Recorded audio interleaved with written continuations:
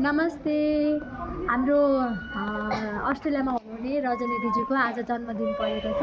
उहाँलाई हाम्रो आवर child protection foundation नेपालको नानी बाबुहरू सबैजनाले विस गर्नुहुँदैछ जन्मदिनको धेरै धेरै शुभकामना सबैजनाले।